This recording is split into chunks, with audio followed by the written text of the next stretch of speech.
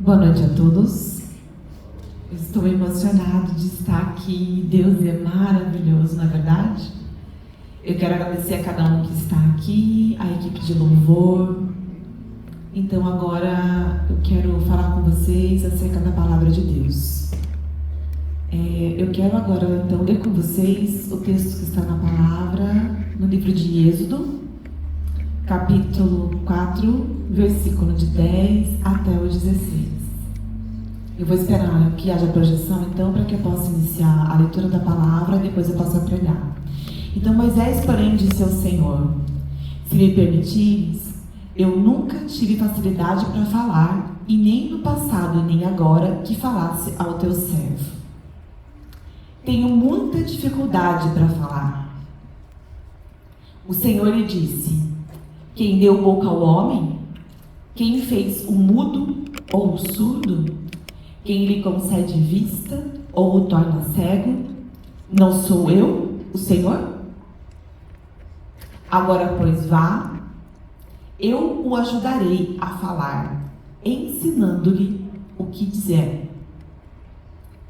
Moisés, porém, respondeu-lhe: ah, Senhor, peço-te que envies outra pessoa. Então, o Senhor se virou com Moisés e disse-lhes: você não tem o seu irmão Arão, o levita? Eu sei que ele fala bem. Ele já está vindo ao seu encontro e se alegrará ao vê-lo. Você falará com ele e dirá o que ele deve dizer. Eu estarei com vocês quando falarem e os instruirei sobre o que fazer. Ele será seu porta-voz diante do povo e falará com o seu representante. Você falará a ele como se fosse o próprio Deus. Vamos orar? Senhor Deus e Pai, nós entregamos aqui toda a glória, toda a honra e todo o louvor nesse momento tão especial. E que esse culto seja como uma ação de graças e louvor ao Senhor. Que as minhas mãos sejam usadas pelo Teu poder. Que o Senhor abençoe a cada um através de cada sinal que sair das minhas mãos.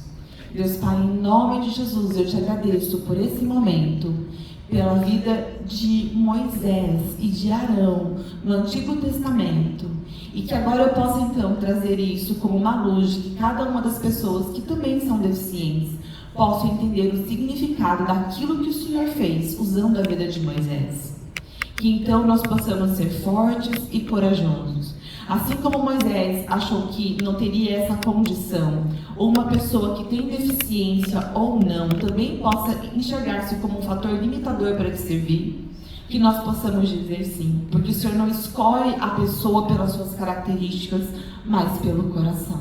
Assim eu te peço agora, Deus, abençoa a cada um e a mim também, que o Senhor tenha liberdade de usar a minha vida para anunciar a sua palavra, que não haja nenhum tipo de confusão, nenhum tipo de atrapalho, mas que o Senhor possa tocar o coração de cada um e que a sua bênção alcance a todos, para a glória do seu nome, em nome de Jesus. Amém.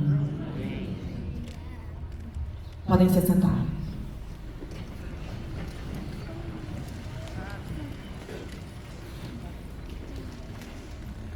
Vocês viram o que aconteceu com Moisés? Então, Moisés estava lá vivendo a sua vida de forma corriqueira, tranquila, normal, e de repente ele viu ali uma fogueira, parece, né? A sarça ardente, ele, curioso, foi tentar ver o que era. E naquele momento em que ele se aproximou, ele ouviu algo, uma voz que lhe dizia. Vocês conhecem essa história do Antigo Testamento? Moisés, então, parece que naquele momento ele descobriu que ele poderia ser íntimo de Deus. E o Senhor então disse a ele: eu sou o Deus dos seus antepassados, de Abraão, Isaque e Jacó. Então Moisés teve uma experiência e, de certa forma, eu acredito que ele ficou atônito, porque ele era um israelita. Lembra que Deus usou a mãe dele para salvá-lo daquela forma nas águas, quando ela o lançou as águas para que ele pudesse continuar vivo, e então ele foi criado ali no Egito. Então a mulher egípcia, que vocês conhecem da história, a princesa, cuidou de Moisés dentro do palácio, mas Deus já estava cuidando de tudo. Houve um tempo em que Moisés vivia uma vida de forma bem tranquila, até o momento em que o Senhor o chamou: vá. E ele disse: não, Deus, eu não, por favor, escolhe outra pessoa. Olha essa palavra. Deus ficou irado. Mas Deus não tem essa questão de uma ira, que é uma ira destrutiva. Porque, pensem, Moisés, ele sabia, ele cria que existia um Deus. Mas se ele não soubesse nada acerca desse Deus, ele não conhecia profundamente. Então Deus disse: eu sou, eu criei todas as coisas, eu faço todas as coisas. Ele podia ser um Deus tirano e acusador. Mas para Moisés não foi dessa forma. Como ele não tinha essa intimidade ainda com Deus, em um determinado momento ele foi resistente e disse: Deus, eu não consigo. Aí Deus disse: tudo bem, então chame seu irmão Arão. Então Moisés precisou se submeter àquela vontade. Você acha que foi fácil para Moisés, então, desenvolver tudo aquilo que ele desenvolveu debaixo da obediência de Deus? A Bíblia diz que Moisés fala que ele tinha alguma dificuldade em falar. E ele precisaria falar diante de todas aquelas pessoas, diante daquele povo egípcio, diante de autoridades. Ele teve medo. Ele titubeou ao aceitar isso. Então Deus disse: não, eu vou te dar um apoio, eu vou chamar o seu irmão Arão. E ele falava para Arão, que era eloquente, então Arão transmitia a mensagem. Então Moisés foi a própria boca de Deus. Então Arão funcionou como seu intérprete, para que aquele povo pudesse ser liberto do cativeiro egípcio. E então o povo de Israel pudesse vir em direção à terra prometida. Moisés, com o seu cajado, fez com que o mar se abrisse, para que aquele povo pudesse passar a pé enxuto. E o povo ainda não tinha essa experiência de viver plenamente o milagre de Deus, enquanto eles estavam cativos. Hoje nós somos diferentes, nós temos acesso direto a Deus, nós conhecemos a Deus através de Jesus. E nós podemos viver esses milagres, experimentar esses milagres na nossa vida, amém? Então, eu quero falar, trazendo um paralelo com relação sobre a minha vida. Eu me chamo Richard, esse é meu nome em língua de sinais. Eu nasci um belo bebê surdo, mas a minha mãe e o meu pai não sabiam ainda que eu era surdo. Eu fui seu primeiro filho.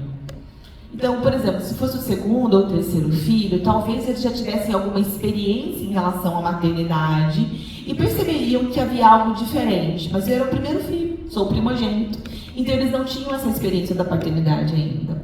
Um ano depois, eles perceberam e começaram a notar algo diferente, mas acharam que era normal diante do meu desenvolvimento. Mas eu não tinha nenhum tipo de desenvolvimento da fala, eu nasci surdo, completamente surdo. Mas os meus pais moravam... Quando eu nasci na cidade de Blumenau, lá em Santa Catarina.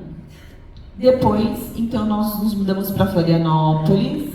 A minha família trabalhava e tinha uma vida normal lá. E lá em Florianópolis, então, depois que nós nos mudamos, eu comecei a ter uma vida nova na capital de Santa Catarina. E uma vizinha percebeu que havia algo diferente em mim. E ela falou para minha mãe: oi, esse é seu filho, que bonitinho, né? Minha mãe: sim, muito obrigada. E aí ela falou: eu acho que ele tem um probleminha com a audição. Minha mãe ficou atônita e falou: não, meu filho não. Eu acho que era importante você levar para fazer algum exame clínico. Minha mãe então ficou atônita, constrangida, nervosa, chegou em casa e comentou isso com meu pai. E meu pai falou: eu acho que é importante mesmo fazermos algum tipo de exame. Eu tinha 1980 e isso, O médico então me deu um diagnóstico de surdez e disse para minha mãe que eu era surdo, então ela entrou em prantos. Meu pai de igual forma, e as coisas, os anos foram se passando, e minha mãe então disse a si mesma: eu entendo que meu filho é surdo, mas que ele será capaz. Minha mãe então começou a fazer algumas pesquisas a respeito de deficiência auditiva, porque na época essa era a nomenclatura, DA. Então a língua de sinais ainda não era como hoje, e havia um grupo de surdos, era muito diferente na minha época, quando eu nasci. A lei de Libras ainda não existia isso, foram 45 anos atrás. Então minha mãe começou a fazer pesquisas e a estudar a respeito da deficiência auditiva, a questão clínica, patológica e como é que seria a forma de alfabetização e letramento. Foi todo um esforço sobremaneira em relação à minha vida. Então eu não sabia língua de sinais naquela época, eu fui tratado e ensinado no método oralista. Minha mãe me ensinou e a maioria dos surdos não tiveram esse apoio como eu tive. Às vezes tem algum apoio, às vezes não, mas no meu caso eu tive todo o suporte da minha família para que eu crescesse então aprendendo a oralizar. Com 3 anos de idade, o que aconteceu? Meu pai começou a entrar numa depressão muito profunda. Com 3 anos, então meu pai entrou numa depressão muito profunda e sem tratamento ele se suicidou.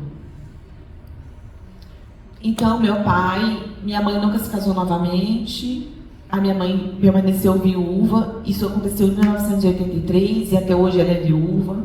Cuidou dos seus 2 filhos, eu tenho um outro irmão, que é o 20, que é mais novo do que eu, meu segundo irmão. E ele estava com 9 meses quando essa fatalidade aconteceu na minha família.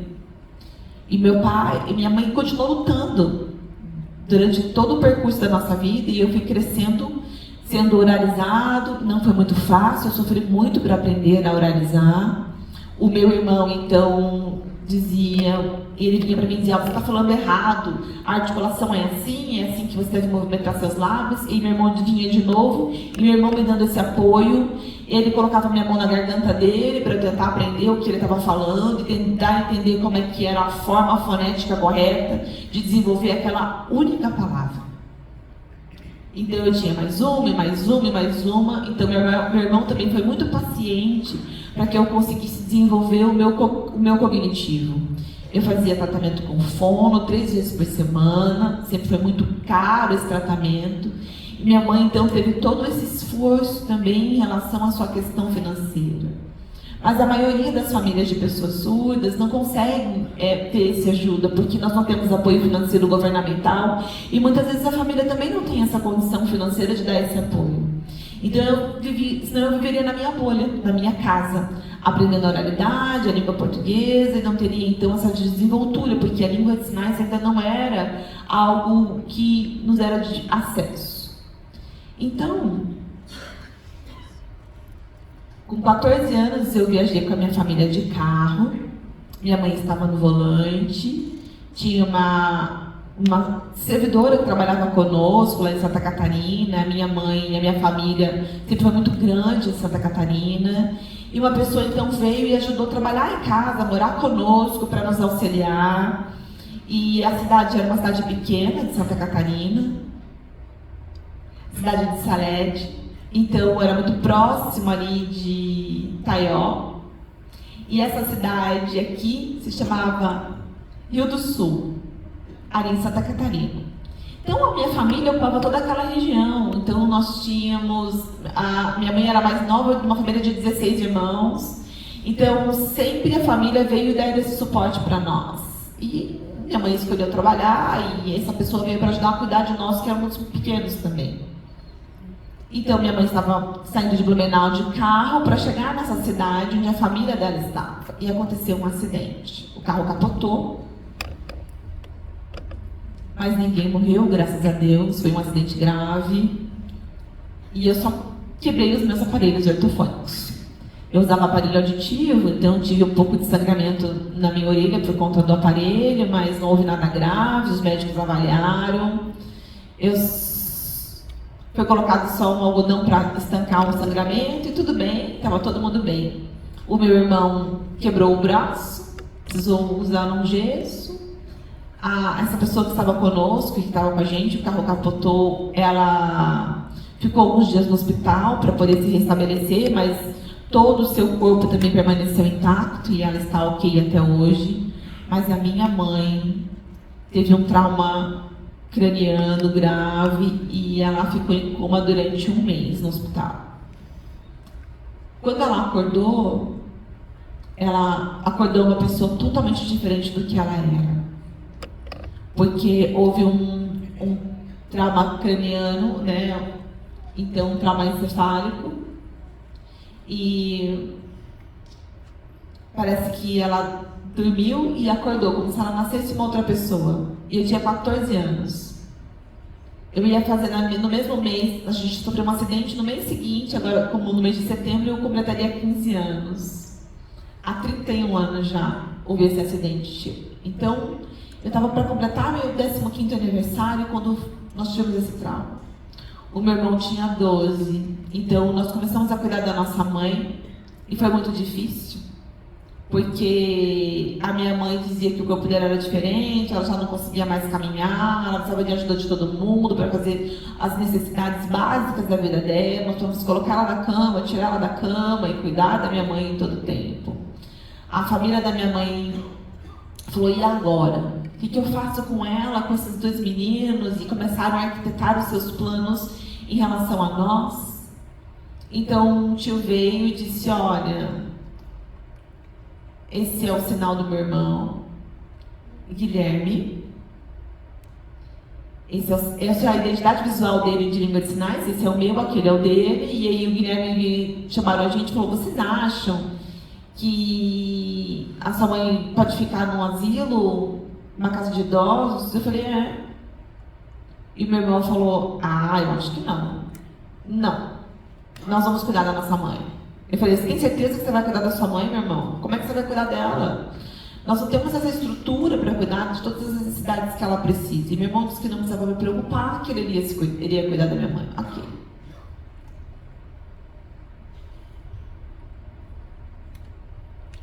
Foram 10 anos assim, dele cuidando da minha mãe. A minha mãe trabalhava numa loja que venderia, não sei se vocês conhecem, tem uma loja famosa aqui em Curitiba, chamada Cabezali. Ela trabalhou anos nessa empresa. Minha mãe trabalhou lá. Ela tinha um outro nome, o chefe, o diretor era o mesmo. E ele viu tudo aquilo que minha mãe estava passando, o acidente que aconteceu, as necessidades que nós tínhamos. Minha mãe era uma gerente geral dessas lojas, ela cuidava de todas as coisas. Então ele viu e ele sentiu uma compaixão da minha mãe. Ela sempre foi muito dedicada naquilo que ela fazia. E quando eu tinha aproximadamente 16 para 17 anos, eu estava estudando, permanecendo nos meus estudos. Só para vocês entenderem, eu estudei normalmente todas as minhas séries educacionais até a universidade, como vocês, ouvintes. Porque eu sempre tive muito apoio para fazer a leitura do português, todas as estruturas para eu conhecer o que eu precisava como vocês. E as minhas notas sempre foram muito boas. Então eu sempre fui muito boa em matemática. Sempre quando eu tinha prova, às vezes eu tinha muita facilidade em matemática. Então as pessoas da escola sempre me diziam, Richard, por favor, vem até aqui. As professoras sempre pediam para que eu auxiliasse, para que eu fizesse alguma coisa dentro da sala de aula. Então a diretora sempre me dava a prova e pedia para eu responder. Eu olhava aquelas questões de matemática, em torno de aproximadamente 1 hora de matemática profunda, temas matemáticos bem avançados. Eu devolvia a prova para a diretora e voltava para a sala. As crianças da mesma idade que eu, aproximadamente 8 anos, 9 anos, estavam na sala. Depois de determinado tempo, essa diretora voltou para a sala onde eu estava porque a professora não estava naquele momento, a diretora veio e começou a fazer a fala dela, eu não entendia nada do que ela estava falando, porque eu já estava acostumado, enquanto os professores falavam, eu ficava lendo sozinho, eu era autodidata, porque eu não conseguia entender o que eles falavam, e na minha época não existia intérprete. Vocês imaginam se eu estivesse tão distante, a professora falando, eu tentando ler os lábios dela? Então eu me dedicava sozinha aos meus estudos. Eu, na minha bolha, lendo o tempo todo. Aí alguém falou assim, a professora está falando a seu respeito. Aí todo mundo começou a bater palma, me aplaudir, mas eu não estava entendendo nada do que estava acontecendo. Naquele momento eu cheguei para a diretora, ela falou, parabéns para você, parabéns para você. E eu, sem entender nada, recebi uma carta. E eu comecei a ler aquela carta. Sabe o que dizia ali? Era um campeonato entre as escolas das cidades da região de Joinville. E naquela cidade em que eu estudava, eu tinha conseguido ser o melhor aluno de matemática de toda a região. E eu estava como representante da escola. Aproximadamente 9 anos. E você fazer uma prova de matemática sem apoio de ninguém e eu consegui ser o melhor. Então, sabe, isso não é meu. A inteligência não é minha. Foi algo que Deus me deu. Porque voltando à história da minha mãe, de tudo aquilo que ela se esforçou, de tudo aquilo que ela falou, o diretor dessa loja chegou para minha mãe e falou assim, você conhece o Richard? E ela falou assim, você sabe o seu filho? Se o Richard tentar um vestibular na Universidade Federal e você for aprovado, você vai vir ficar na minha casa comigo. Aí eu morava lá em Blumenau, Santa Catarina ainda, eu precisaria mudar para Curitiba para estudar. E eu falei, o quê? Você vai me dar a oportunidade de viver na sua casa para eu poder estudar, mas você precisa passar no vestibular. Eu falei, ok. Aí no mês de dezembro daquele mesmo ano, de 1997, eu vim, fiz o vestibular aqui, em Curitiba, ele cuidou de mim, me levou, fiz todas as provas, me orientou tudo, eu não sabia, não conhecia nada aqui. Eu fui fazer lá na Tuiuti, um lugar longe, aquela universidade, ok, ele me levou, fomos juntos. Fiz a prova e ele disse assim pra mim, boa sorte. E eu comecei a fazer a prova, foram 4 horas de prova, entreguei a prova, não sabia o que ia acontecer, voltei para minha casa em Blumenau. De repente o telefone da minha mãe tocou, minha mãe atendeu o telefone, levei até ela, porque ela não conseguia caminhar para ir até o telefone, minha mãe atendeu, e ela ficou enlouquecida, e dizia, você passou na Federal. E eu disse, é sério? Minha mãe quase enlouqueceu, eu quase desmaiei naquele momento. E foi isso que aconteceu, e eu estudei durante 5 anos engenharia civil aqui na Universidade Federal. E os professores perceberam e perguntaram, você quer trabalhar junto conosco na área da pesquisa aqui na universidade? Você quer vir fazer a oportunidade de fazer materiais, análise de materiais de construção civil conosco? Falei, eu, pesquisador, com vocês na universidade? Vou pensar, não quero não. Vou ter que estudar mais e muito mais. Eu tenho 5 anos sozinho estudando aqui. Não tinha intérprete, gente. Não tinha intérprete. Eu estudei até eu terminar minha faculdade sozinho, como autodidata. Eu me formei em 2002, exatamente no ano em que a lei foi aprovada. Ou seja, a lei foi aprovada depois de mim, né? Então eu consegui pela glória de Deus. Então vejam, aquilo que eu consegui, é claro que eu precisei de muito esforço, mas eu não era cristã, sabia? Eu tinha uma outra religião. Enfim, aqui em Curitiba, nesse período em que eu estava estudando, eu vi uns surdos mexendo com as mãos por aí. Ou eu já conhecia, ele falava, é o Richard, ele sabia que eu era oralizado, então ele falava, ele é surdo, mas ele não sabe Libras não, ele fala como os ouvintes. Então eu dizia, oi, tudo bem? Oralizando, e alguns surdos, que nojo. Como assim, gente? Eu não entendia nada do que eles estavam falando, e eu tinha medo deles, porque eu não sinalizava. E o médico, os fonos, sempre diziam para minha mãe, olha, você veja bem, se o seu filho sinalizar, não vai adiantar, ele vai desenvolver. Porque isso se ele for organizado, porque se ele começar a mexer com as mãos aí e falar em língua de sinais, ele vai ter muito prejuízo, vai parar de falar e nunca mais ele vai conseguir falar na vida. Minha mãe então ficou desesperada, ela dizia, ó, Richard, você viu o que ele falou? Se você começar a sinalizar, você vai ficar mudo de vez. Então eu comecei a ter medo. E eu guardei isso na minha cabeça. Então quando eu cheguei em Curitiba e eu vi que esses surdos sinalizavam, e eu comecei a perceber que aquele surdo vinha, conversava com o ouvinte e sinalizava do mesmo jeito, eu falei, peraí, se ele fala e sinaliza, por que eu não posso? Ah, tem alguma coisa errada aí. Então eu comecei a pensar nesse momento em que eu falei, eu sei que nem ele, eu vou acompanhar esse cara, quero ver o que ele vai fazer. E eu perguntei o que era sinal, ele disse que esse era o sinal dele, que era um surdo chamado Murilo. E aí ele me deu um sinal, que é esse R atrás da minha orelha, que é a minha identidade visual na língua de sinais. E aí nós começamos a conversar, e ele falou, você acha que se eu começar a sinalizar, eu vou parar de falar? Claro que não, cara, eu sinalizo e falo desde que eu nasci. Eu falei, não acredito, que eu sofri todos esses anos. Então eu fui bem resistente, me envolvi com a comunidade de surdas e em 3 meses, então, eu passei a sinalizar como eles. Então agora, como vocês sabem, eu sou bilíngue. Então, foi um desenvolvimento. Os surdos, no passado, eles iam para uma igreja, esse é o sinal da igreja, a pastora Sheila já estava lá, e ela estava com outro líder na época, e eu comecei a frequentar com esse Murilo nessa igreja, junto com a pastora Sheila. O líder e junto com a pastora Sheila perceberam que eu podia, faz 25 anos já, e pastora, meu Deus. Falei, pouco antes de nós começarmos o nosso trabalho aqui, foi lá que eu aceitei a Cristo e eu comecei então a aprender a receita da palavra.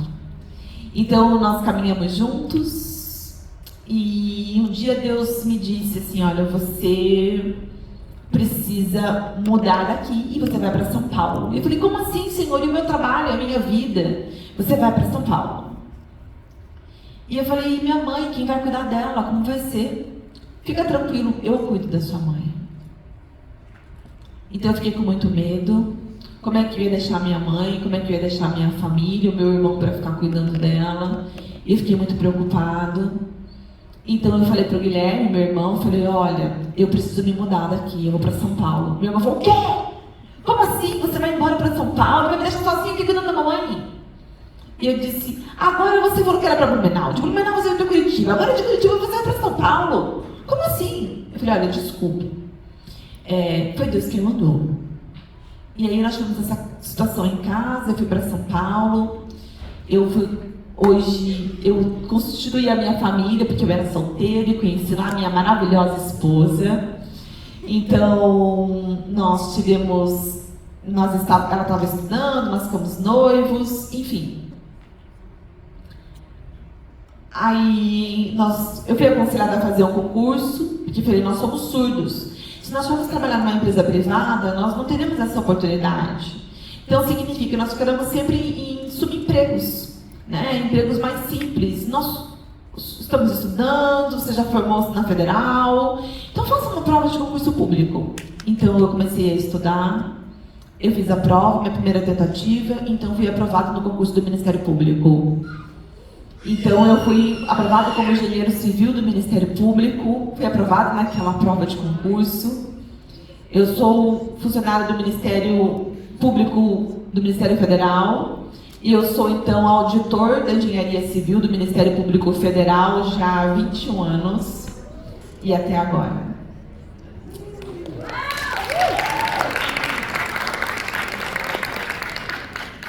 Então, a minha vida se desenvolveu, mas... E aí Deus falou assim, e aí, ok, você se desenvolveu, e agora? Você vai fazer o quê? Você já estudou? Vai fazer teologia? Vai ensinar? O que você vai fazer? Eu disse, olha Deus, eu fiz igual o Jonas, fugi. O que aconteceu com o Jonas? Ele foi pro barco, o barco quase afundou e disseram, você está errado, você é o profeta fujão. Lançaram ele na água, a tormenta cessou, Jonas foi ao fundo e ele foi engolido por um peixe. Não foi isso? E aí então ele foi vomitado na praia. Vocês já imaginaram a condição de ser vomitado? Eu não fui vomitado, sabe? Mas eu sei qual é a consequência de ter a vida como se fosse isso. Eu me formei em engenheiro civil, foi Deus quem me deu. Mas Deus queria também que eu servisse a Ele, que eu fosse estudar teologia, e eu fui deixando isso de lado. Há pouco tempo atrás, a pastora Sheila me convidou para voltar a estudar. E aí ela me convidou também para pregar, e então eu falei, tá na hora de eu brincar, parar de brincar de ser menino crente e desobedecer a Deus. Moisés tentou dizer a mesma coisa, porque dizia, eu tenho problema na fala, coloque outro. E Deus então também se irou com ele e colocou um intérprete do lado. E dessa vez eu desejei parar de fugir e aceitei estar aqui hoje. Então eu entendo que hoje as minhas mãos estão sendo usadas para falar para vocês acerca daquilo que Deus fez na minha vida. No ano que vem eu vou fazer o ITQ, junto com a minha esposa. Obrigada, pastora. E eu quero que aqui esse ministério se desenvolva, esse ministério cresça, para que a glória de Deus se manifeste aqui. Então são várias coisas que Deus já me provou e já me mostrou que em outros lugares por onde eu visitei, por onde eu passei, porque eu tenho amigos que são cristãos, meus tios que são cristãos, e muitos pastores já lançaram palavras proféticas sobre a minha vida. E as palavras são sempre as mesmas. Josué, capítulo 1, versículo 9.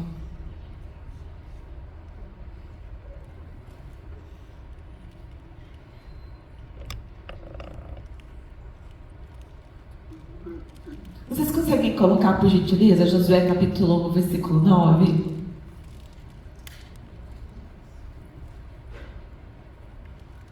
Se vocês puderem projetar, por gentileza, o texto de Josué. Não fui eu que te ordenei a você? Aí o texto, gente.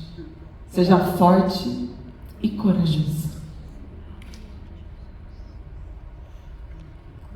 Não se apavore nem desanime, pois o Senhor, o seu Deus, estará com você por onde andar.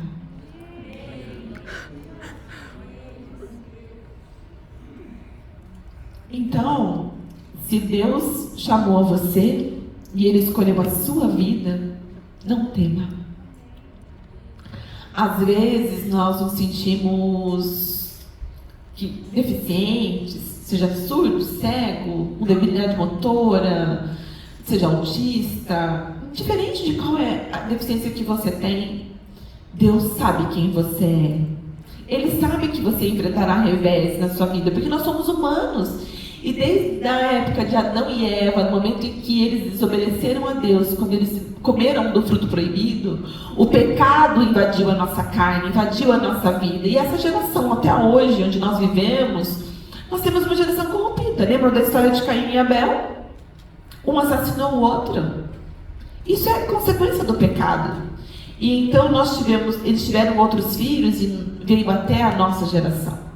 E esse mundo hoje é um mundo caótico, perdido, ruim, por conta do pecado. Lembram da família de Noé? O mundo foi também devastado por conta da inundação. Noé ficou ali naquele lugar, no monte, depois que desceu para a arca, mas até hoje a graça de Deus está sobre nós para que nós possamos viver e estarmos aqui. Mas a presença de Jesus hoje nos torna capazes de sermos diferentes. Agora, se nós não tivermos Jesus, que é o caminho, a verdade e a vida, nós não temos acesso a esse Deus e nem a graça que Ele tem sobre nós. Eu trabalho no Ministério Público Federal, mas tem mais uma coisa que eu quero falar para vocês sobre a minha vida. Eu sou atleta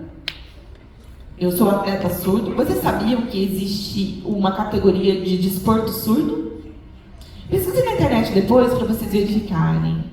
Nós temos as Olimpíadas, que vocês ouvintes já estão acostumados a viver. Esse é o símbolo, lembra daqueles arcos coloridos? Aí depois tem o paradesporto, que é para pessoas que são deficientes, que têm qualquer tipo de deficiência motora, por isso esse é o sinal de paradesporto. Mas e nós, surdos? Então essas duas modalidades são sempre muito divulgadas, mas nós surdos não podemos participar do paradesporto, porque ele é específico para pessoas que têm deficiência motora. Esse é o sinal de surdo-olimpíadas. É uma Olimpíada própria da comunidade surda. E, nossa, assim é assim. 1994 foi quando nós criamos os ouvintes. Criaram a sua primeira Olimpíada, depois vieram as outras construções, e os surdos, então, depois de 1960, o paradesporto. 1960 foi criado o paradesporto. Começou o paradesporto. Aí os surdos já vinham aqui anteriormente junto, mas na área da Europa, disputando os esportes surdos lá. Não era algo mundial. Então eu participo, eu auxilio os surdos na parte técnica, e eu descobri que eu sempre gostei muito de jogar basquete. E quando eu tentei participar do treinamento de basquete, eu percebi que o nível dos surdos era muito inferior do nível dos ouvintes, por conta de treino, as competições deles são diversas, eles têm salário, enfim. Mas nós surdos, não. Nós somos considerados amadores. Eu falei, eu acho que dá, eu acho que é um desafio para mim. Vamos começar a lutar para que esse povo surdo também tenha essa questão de se tornarem profissionais. Então, eu sempre fui o diretor surdo da área de treinamento aqui no Brasil. Acho que aproximadamente 4 anos, mais ou menos, eu me afastei do grupo de basquete. E ano de 2021, eu recebi uma convocação para ser técnico auxiliar desse desporto surdo. Então, o técnico, primeiro, é aquele que fala com a federação. E o auxiliar, que no caso seria eu, é aquele que tem intimidade para as disputas, para as técnicas, aquele que briga com o atleta, aquele que chama para saber o que aconteceu. E aí a gente trata desses detalhes, e aí os detalhes do treinamento, e aí eu faço as trocas, as substituições, converso no particular para saber o que aconteceu com aquele surdo em campo. Então esse era o meu papel no grupo de desporto surdo. Era como se eu fosse aquele que viesse para consertar o que estava errado, porque no Brasil é muito grande, né? Como é que nós temos que combinar um treino com todos os surdos do Brasil? Porque cada um de nós precisa pagar do seu bolso para poder participar dos mundiais. Nós sempre custeamos as nossas viagens, hospedagens e tudo. Agora, graças a Deus, conseguimos uma nova lei.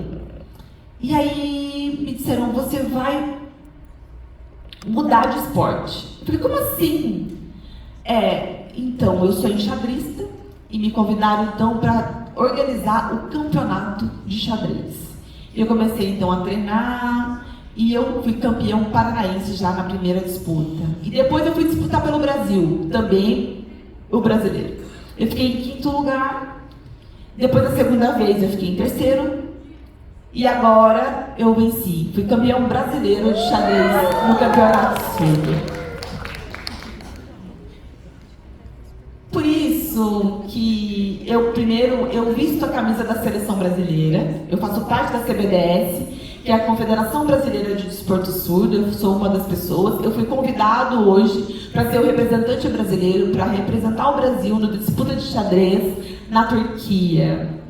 Então, junto com é um novo desporto dentro das Olimpíadas surdas, e eu fui para a Turquia. E falei, como assim, Deus? Eu não tenho como ir para a Turquia, porque eu tinha que custear do meu bolso a viagem, a hospedagem, a alimentação. E eu falei, olha, eu não vou não.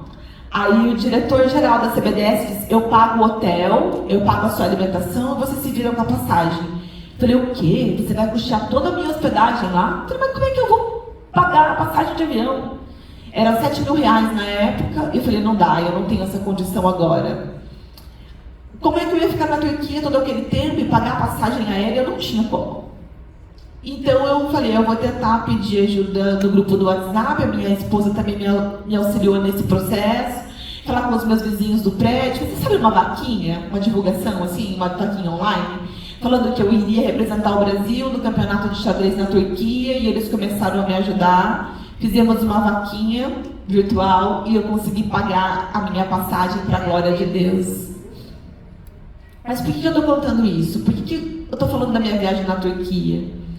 E eu pensei que Erzurum é o nome da cidade na Turquia. E essa cidade, eu comecei a pesquisar na internet onde ela ficava, eu falei, uau, essa cidade fica muito perto de onde a Arca de Noé parou. Perto do Monte Ararat. E eu falei, não, peraí. Eu estava com mais 5 atletas do meu grupo brasileiro, dos surdos. Eu falei, olha, você sabe aqui onde nós estamos disputando? Ali perto, então, bem pertinho, são só 4 horas de carro. Tem um lugar onde Noé chegou com a arca. O que é isso mesmo? Não, aquilo que a Bíblia fala. Eles eram todos católicos, os 4 que estavam comigo, eu era o único crente. Começamos a conversar. E eu falei sobre a história de Noé, o dilúvio, que estava escrito lá em Gênesis, li para eles o texto de Gênesis, e um deles ficou bem interessado. Ele tem o mesmo nome do meu irmão, também se chama Guilherme. Não sei se é coincidência, enfim, mas ele é surdo, enxadrista como eu. Ele parece que, sabe, os olhos dele brilharam quando eu falei sobre isso. Então, quando nós chegamos na Turquia, eu comecei a conversar com os outros surdos, alguns já me conheciam, já sabiam quem eu era. Eu tinha alguns amigos da Alemanha, do Cazaquistão, de outros países distintos, e eles já me conheciam e nós começamos a conversar, porque eu sou enxadrista desde 2019, depois eu fui para a Turquia, mas 4 anos anteriormente eu paguei do meu bolso e fui também num campeonato simples, e esses surdos turcos não foram, mas pediram para que eu fosse de novo, e, enfim. Então, eu os conhecia de outras disputas e eu senti como se eu tivesse sido meio que convocada para estar lá novamente com eles. E quando eu cheguei e conversei com esses meus amigos surdos, eu vi esse surdo que era da Alemanha, nós começamos a conversar. E eu falei, lembra que nós passeamos junto lá na Suécia, quando nós estivemos jogando lá, e nós estivemos ali perto da Itália, lembra aquele lugar, que divertido, que bonito, era bem legal, e eu perguntei para ele, o que você vai fazer aqui na Turquia? Aí eu respondi, falei, você conhece o Monte Ararat? Ele nunca ouviu falar. Tem o Palandok. É um lugar bem lindo, é tipo um parque que existe ali na cidade de Erzurum, na Turquia. E aí ele falou, eu vou lá, porque lá é um lugar bem bonito. Mas eu quero ir lá conhecer onde Noé chegou com a arca. Você tá falando o quê de Noé? Lembra da Bíblia? Você é crente? Tá falando de Noé, da Bíblia? Eu falei, sim, eu sou crente. Ele, ok. Virou as costas, saiu e me deixou falando sozinho. Na hora, ele interrompeu a conversa e eu fiquei com aquela cara assim, sabe? Ué, o que aconteceu? Que estranho, eu não esperava essa reação dele. Só porque eu sou crente. Falei, uau. E ele tem um coração endurecido, não sei se ele é ateu, enfim, ele é nascido na Alemanha. A gente não conversa em língua de sinais brasileira, é diferente, a língua dele é totalmente diferente, mas nós conseguimos nos comunicar, e eu vi que ele saiu e me deixou sozinho, falando com as paredes, como vocês diriam. Então eu comecei a conversar com outros amigos, com outros surdos que eram turcos, perguntei como é que funcionava, como é que chegava no lugar. Eles também não eram cristãos, eles eram muçulmanos, esse é o sinal de muçulmano. E todos eles eram muçulmanos, nenhum cristão. E eu falei, uau, que difícil aqui. Todos os surdos que estavam ali eram muçulmanos, mas isso é algo até pertinente à cultura dele. E eu comecei a perguntar onde ficava o Monte Ararat, eles conheciam, sabiam do lugar, e eles diziam, não vá não, é um lugar muito ruim. Aí vai outro parque que tem aqui, é perfeito, é chique, é muito mais diferente, mas o Ararat é muito ruim, não vai não. Eu quero ir lá, eu quero ver, eu quero sentir como é que é aquele lugar onde a arca parou. Eles, você quer ir lá? Eu falei, lá tem um lugar para comer? Eles, Eu falei, não. Eu falei, obrigado. E eu comecei então a refletir quais seriam os desafios. Eu tinha 4 surdos católicos que estavam comigo e eu comecei a orar aos meus amigos brasileiros e falei, olha, E eles falam, ó, sabe, o carro, pra gente ir de carro daqui lá, são 4 horas de viagem, eu já aluguei o carro, mas eu quero saber se vocês aceitam ir comigo ou não, porque lá não tem comida, não tem água, são 4 horas distante, a gente só vai chegar, dar uma olhadinha no monte e voltar embora, mas a gente não vai ter nem como comer. Aí o senhor diz, entendi, deixa eu pensar. Esse é o Guilherme, o sinal dele. Ele falou, não tem problema, eu vou com você. Eu falei, ok, combinado. E vocês? Começaram a pensar, eles três enrolaram e disseram que não. Aí o Guilherme aceitou ir comigo, abastecemos o carro e organizamos o nosso dia de folga da disposição. Foram 15 dias de disputa e nós tínhamos um dia de folga. Nesse dia, então, nós viajamos até o Monte Ararat. Era muito longe. Aí, quando nós chegamos lá, pensa num lugar feio, num lugar deserto, que não tinha nada, só tinha uma placa, toda escrita em árabe. E falei, tirei uma foto, pedi para traduzir para o português, por um tradutor. Não podia subir, era muito longe, uma cidadezinha nanica. Comecei a conversar com algumas pessoas, paguei um guia, ia ter que pagar um guia para chegar lá, no Monte Ararat, onde eu queria. Falei, não precisa. Aqui nessa distância tá bom, vou olhar de longe mesmo. Falei, não dá tempo, a gente precisava voltar, eram mais 4 horas de retorno. E subindo daquela escalada, nós não tínhamos tempo, nós chegamos lá em torno de 1 hora da tarde, morrendo de fome, né? Só tinha água para tomar no carro. Então, o que aconteceu? Começamos a observar aquele lugar, eu andei, vi aquele monte de pedras que existia do meu lado, sentei no carro e comecei a agradecer a Deus. E o Guilherme, eu comecei a perceber onde é que estava o surdo, e eu falei, onde é que ele está? Ele estava parado, assim, desse jeito. E eu dentro do carro olhando aquela cena, o que ele está fazendo ali? E fiquei esperando no carro e ele demorou muito tempo. E quando ele percebeu que eu estava no carro, ele veio até mim e falei, ok. Falei, por que você estava quieto daquele jeito na frente do Monte Ararat? Não sei, olha que devastidão que esse lugar vazio, feio, cheio de pedra. E eu agradeci a Deus, porque eu nasci no Brasil. Achei muito engraçado, muito fofo aquilo que ele falou. E eu falei, mas foi aqui que Noé parou com a arca. Porque antes, aqui eu acredito que deveria ser um lugar muito diferente, muito bonito. Porque Deus disse para Noé, vaza daqui, vai embora. E eu acredito que depois que Noé saiu daquele lugar, houve essa devastidão. E você sabe que tudo é consequência do pecado da humanidade. E eu percebi que ele estava ali muito comovido. E eu perguntei, você acredita em Jesus? Ele falou assim, então vamos orar, você aceita Jesus como Senhor e Salvador? E naquele momento, diante do Monte Ararat, no meio de uma competição do desporto surdo, ele aceitou a Cristo comigo. Glória a Deus por isso. Então, quando nós voltamos para casa, eu comecei a refletir o que eu tinha vivido na Turquia. Eu falei, eu fui para a Turquia para que uma alma fosse salva. Eu não sei o que vai acontecer com ele. No mês que vem, em outubro, eu vou viajar para uma disputa de xadrez de novo. Eu vou para Cuiabá, no Mato Grosso. E eu não sei o que Deus tem para mim lá. Eu não sei. Mas eu sei que Ele tem a liberdade para que eu não vista apenas o uniforme do Brasil, do desporto surdo, mas para que eu glorifique a Deus onde eu estiver. Vocês perceberam que o medo pode nos parar? E o medo te coloca numa bolha? Então seja forte e corajoso, exploda a bolha e faça aquilo que Deus quer e deixe Ele usar a sua vida deliberadamente. Aquilo que Ele quer para você, você é capaz. Você ouve, você anda. Eu tenho limites porque eu sou surdo, sim, mas algumas coisas eu tenho conseguido galgar.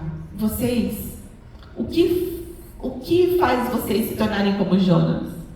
Jonas rejeitou a Deus e foi engolido pelo peixe. Então é isso. E eu quero que vocês reflitam nesse momento. O que você precisa que seja mudado na sua vida? Existe algo na sua família, alguém que é deficiente e você acha que ele não tem recebido o apoio que você precisa, assim como a minha mãe me apoiou. Que esse seja um despertamento e que Deus use você, que Ele fale ao seu coração para que a sua mente seja aberta e que você possa apoiar. Não pode ser primo, ser amigo, ser vizinho, ser um amigo da escola, enfim. Que você sinta a voz do Senhor tocando no seu coração para que você seja um apoiador. Também, eu não sei se você está aqui pela primeira vez. Se você ainda não tem a Cristo como Senhor e Salvador da sua vida. O Guilherme saiu do Brasil, foi para Turquia comigo e naquele momento de aridez, ele entendeu que ele precisava de Jesus como Senhor e Salvador da sua vida. Se você sente essa necessidade, levante a sua mão. Jesus está aqui e Ele quer mudar a sua história. Temos alguém? Não? Todos aqui já conhecem a Cristo?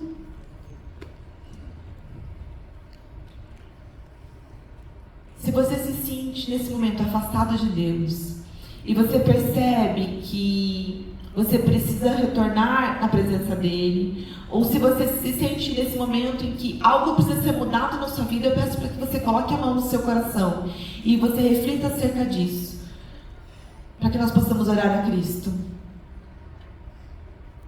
Porque no passado, antes de Jesus, antes dele morrer por nós na cruz, nós não tínhamos o perdão. Mas agora, Pai, Jesus disse: Pai, eles não sabem o que fazem naquele momento de dor, naquele momento de cruz. Ele disse para Deus para que Ele tivesse misericórdia de nós, para que nós pudéssemos crer que Deus é soberano e que Ele tem o poder de perdoar a todas as pessoas com deficiência e as pessoas sem deficiência. Então agora eu peço para que você ore comigo e diga: Deus, eu creio que o Teu Espírito e Jesus são poderosos. Eu peço neste momento que o Senhor perdoe os meus erros, as minhas falhas, de tudo aquilo que eu já vivi até aqui. Perdoe os meus pecados. Me dê agora coragem e ousadia também para perdoar aquelas pessoas que me ofenderam. Deus, eu te agradeço, Pai, porque o Senhor tem me ajudado e tem me mudado e me tornado uma pessoa melhor. Me ajude, Deus, para que eu seja mais corajoso, para que eu faça com que a sua vontade se cumpra. Me ajuda a ter coragem, assim como Davi, que com uma funda derrubou um gigante. Que eu possa derrubar todos os gigantes que atrapalham a minha vida, para que eu tenha fé e coragem de te servir. Pai, em nome de Jesus. Amém.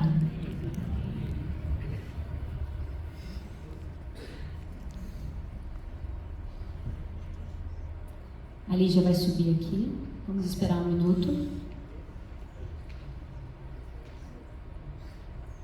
Você vai falar alguma coisa, Lígia? Eu vou orar. Deus Pai, nós te louvamos, Senhor, e te agradeço por esse tempo especial. Entrego tudo ao Senhor e quero te pedir, Pai, que essa palavra que foi ministrada aqui hoje, que ela venha ao encontro do coração de cada pessoa aqui. Senhor, em nome de Jesus, derrama da sua graça sobre a vida de todos. As pessoas também que estão em casa, vendo o culto, que elas sejam impactadas pela tua presença. Em nome de Jesus, que haja mudança de vida. Deus, o Senhor é soberano. Nós não somos nada, Senhor. Nós precisamos do Senhor. O Senhor nos dá o sol, o Senhor nos dá tantas coisas nesse mundo, Pai. As árvores, a natureza, a água, os animais. O Senhor criou Adão e Eva. E nós estamos aqui hoje, Senhor, por um milagre do Senhor. Nós queremos entregar tudo ao Senhor, toda a honra e toda a glória ao Senhor, que é o nosso Pai. Te agradeço, Deus, que o Senhor esteja abençoando a cada um e guardando a mente de cada um. Que ao chegar em casa essa palavra não se perca, que seja guardada no coração e que eles possam crescer mais e mais, galgar outros patamares de vida. Que haja coragem, que haja esperança, que na vida de cada um haja mudança de crescimento. Senhor, nós te glorificamos em nome de Jesus, nosso Senhor Jesus Cristo. Amém. Amém.